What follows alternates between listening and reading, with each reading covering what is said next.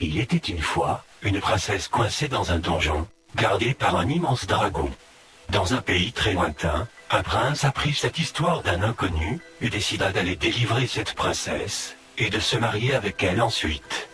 Il enfourcha donc son cheval et parcourut plusieurs centaines de kilomètres pour enfin arriver au donjon.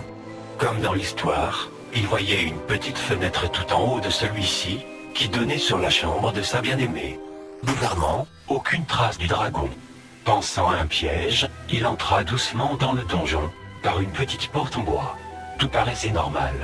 Il se mit en route. Au fur et à mesure qu'il montait, les marches étaient recouvertes d'un liquide rouge très foncé. Au bout de quelques minutes, le prince décida de faire une pause. Il ne savait absolument pas à quel étage il se trouvait, et aucune fenêtre ne pouvait lui indiquer sa hauteur. Il se rendit compte que malgré l'absence de fenêtre, l'escalier était très bien éclairé, comme si une lumière émanait des murs. Il dégaina son épée, prêt à se défendre face à un quelconque piège, puis se remit en route. Une dizaine de minutes plus tard, et une centaine de litres de sang piétiné, il arriva enfin à la porte de la chambre de sa bien-aimée. Seulement, il hésitait à ouvrir. Une atmosphère sombre régnait dans le couloir, et il se demandait pourquoi autant de sang coulait de dessous la porte. Après quelques secondes de réflexion, il posa doucement la main sur la poignée et poussa la porte. Ce qu'il vit dépassait tous ses plus sombres cauchemars. La chambre était d'un rose chair très foncé. Des boyaux la traversaient de part et d'autre.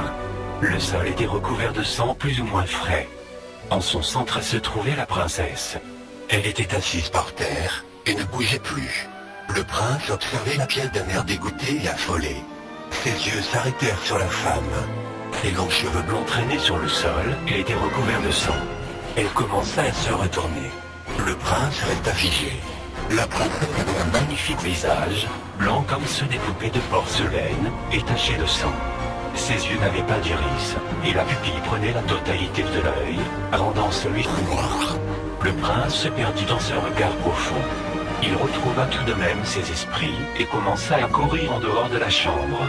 La princesse inclina la tête de quelques degrés, et la porte se ferma devant le prince. Lorsqu'il se retourna, la princesse se trouvait juste en face de lui et le dévisageait.